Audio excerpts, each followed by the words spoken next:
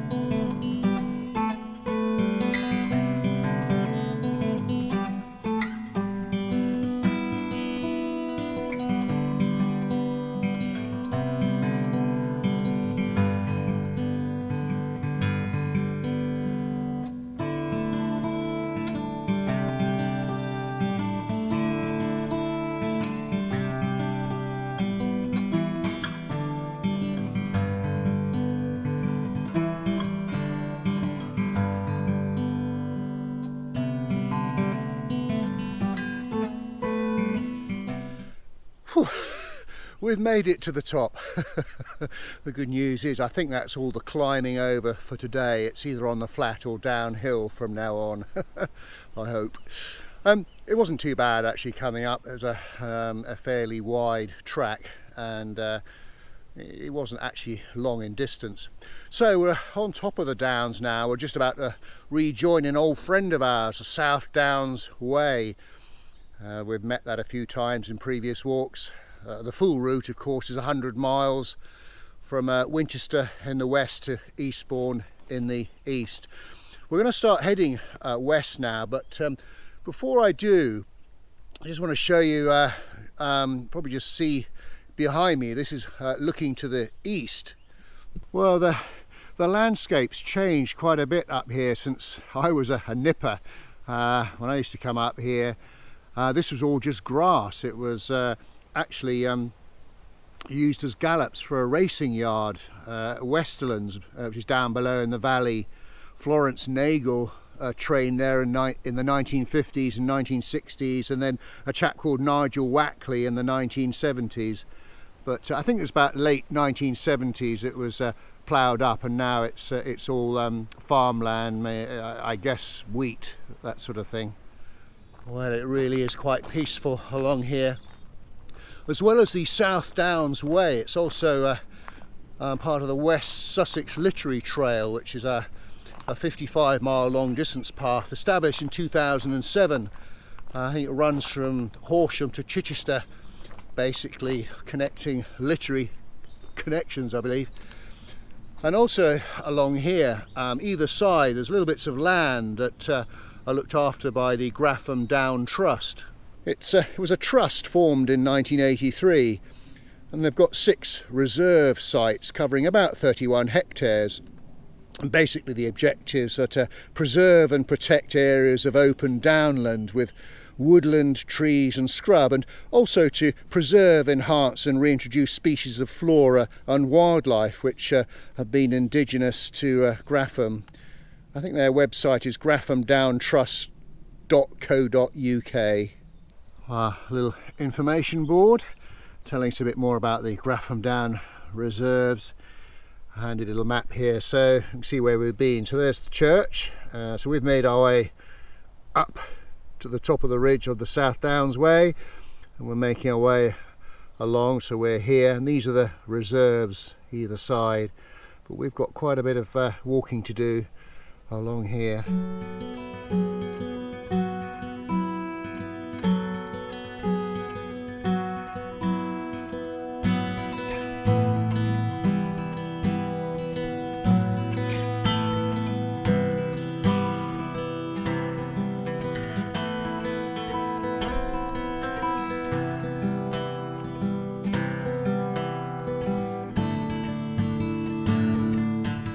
Well, a fair bit of our route so far along the South Downs Way has been well, basically through woodland, so there haven't been that many opportunities for sort of views either side of the downs, as it were. Just in front of me here, I'm pretty sure that this is some sort of barrow, possibly Bronze Age, I'm not too sure.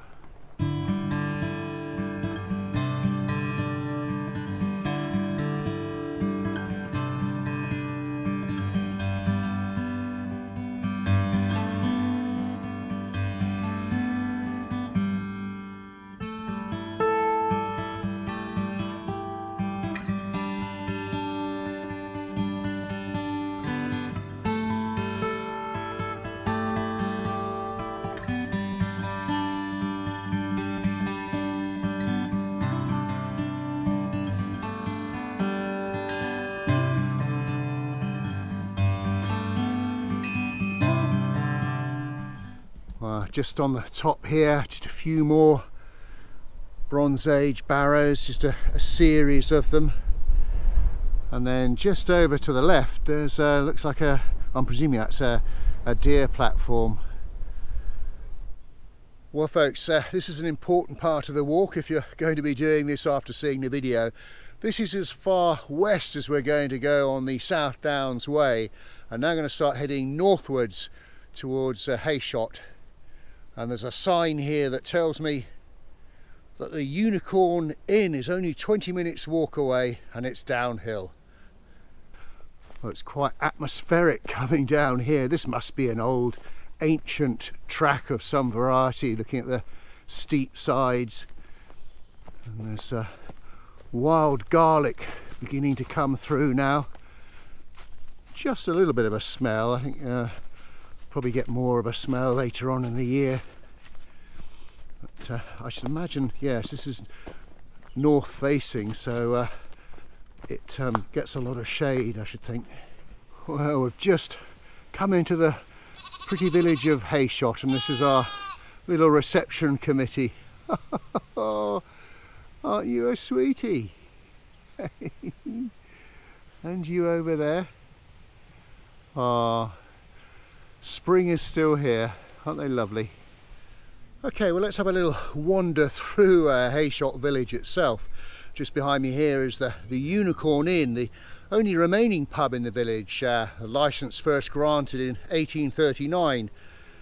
I'll let you into a little secret. Logan and I have had a quick pint in there, purely for research purposes for the video, of course.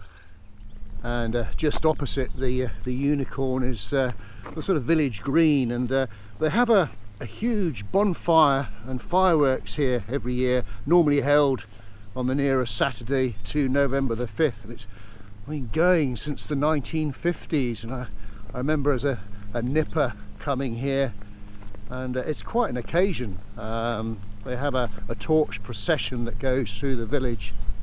That beautiful house over there is called the Farrier's. It used to be called South House. It was once the workhouse, and I think it's the oldest house in the village, with parts dating to 1450. Oh wow, what a beautiful church. This is St James. An earlier wooden church was here in the 12th century, but the present building dates from the 13th century. It's got a nave, a north aisle, chancel, north vestry, south porch and bell tower with a broach shingle spire. Now only the west wall and pillars and arches between the nave and north aisle are original from the 13th century. The rest of the church was rebuilt in 1885. Now up until 1882 it was a chapel of ease to the church of Stedham, which is west of Midhurst.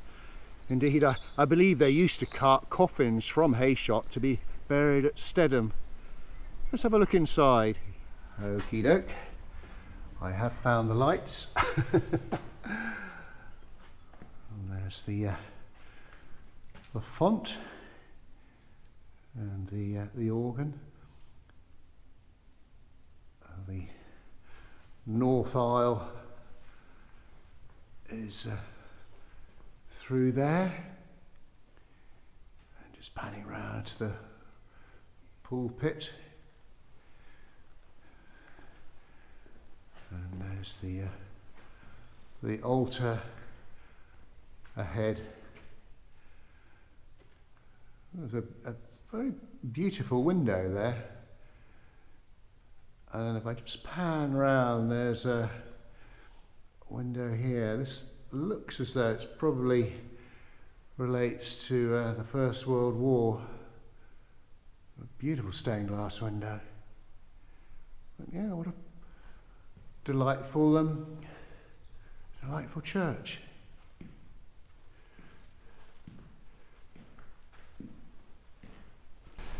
Now, at one stage, Heyshott had 4 pubs. There was the Black Horse Inn that was here, that's now Black Horse Cottages. I don't have too much information about this one as to when it was opened or closed, but I love the old pump that is outside. And virtually opposite what was the Black Horse Inn was what was the White Horse Inn, now Glebe Cottage. It was closed in 1838. I love the wisteria outside, isn't that beautiful? And just over the wall there, I can just about see it, is the third house that used to be a pub in the village, the Lion Inn. It's now called Heyshott Farmhouse. It was established as a pub in 1857 and closed in 1880 when it became a coffee house and working men's club. And just opposite what was the Lion Inn is Cobden Hall. It's now the village hall, but it was originally the school, opened in 1867, although Historic England say 1870, but it closed as a school in 1951. I mention Cobden. The village is famous for its association with the 19th century free trader and Liberal MP Richard Cobden. He was born at Dunford House to the north of the village. The present Dunford House was built for Cobden to live in around 1849, 1853, and he died in 1865. And only found out recently, I was reading somewhere, that Trevor Eve, the actor, lives in the village. I remember him from Eddie Shoestring, that BBC series back in the 1980s. I used to love watching that. Well, I hope you enjoyed that little tour of Heyshott, full of lovely buildings. Look at that. I don't know what those were for a second. A couple of little hedgehogs charging across the lawn there. What a beautiful cottage as well. Laurel Cottage. Lovely. Well, we're now very much on the homeward leg. Left Heyshott, heading back to Graffham, and we'll basically be following a public bridleway all the way back. But from here we're going to get some stunning views of the South Downs. Very much a typical scene on the sort of northern side. And just a few hours ago we were right at the top there.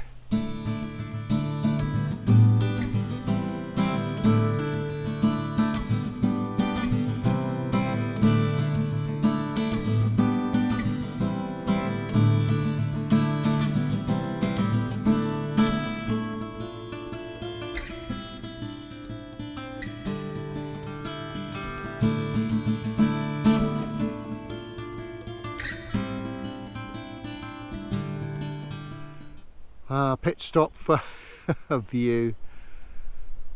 Oh, just breathtaking, it really is.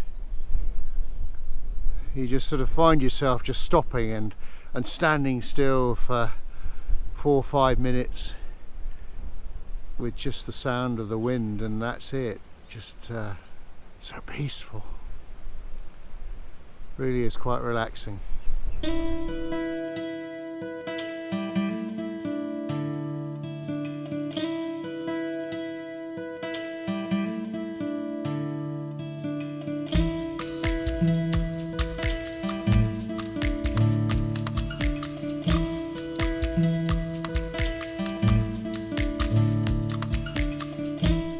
making our way across a quite enchanting meadow full of yellow buttercups, and there in the far distance is our final destination, the Graffham Church.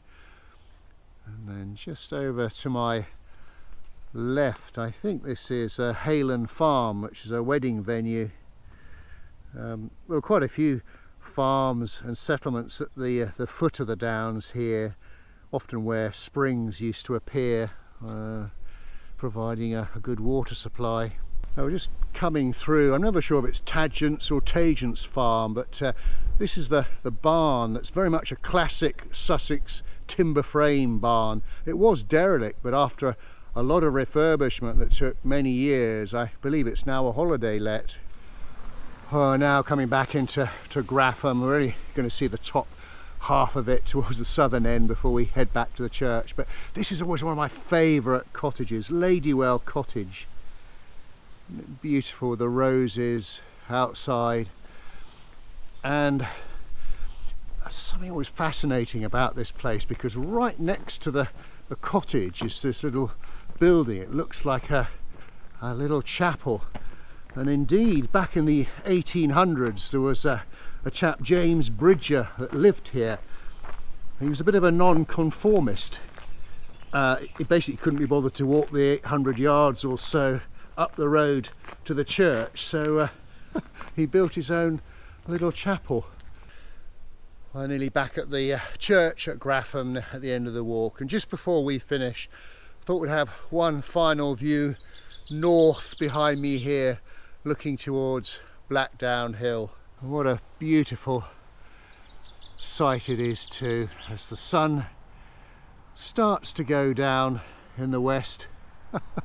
That's partly because we spent a little bit too long in the Unicorn Inn at Heyshott.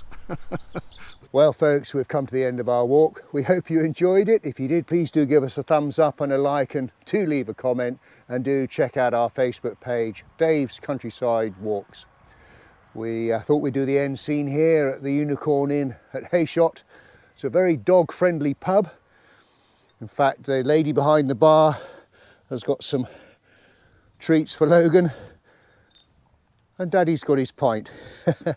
I know, I've just been saying hello to a chap called Andrew, who's a regular viewer of the channel. He spotted me here. All right, Andrew. There's a little wave.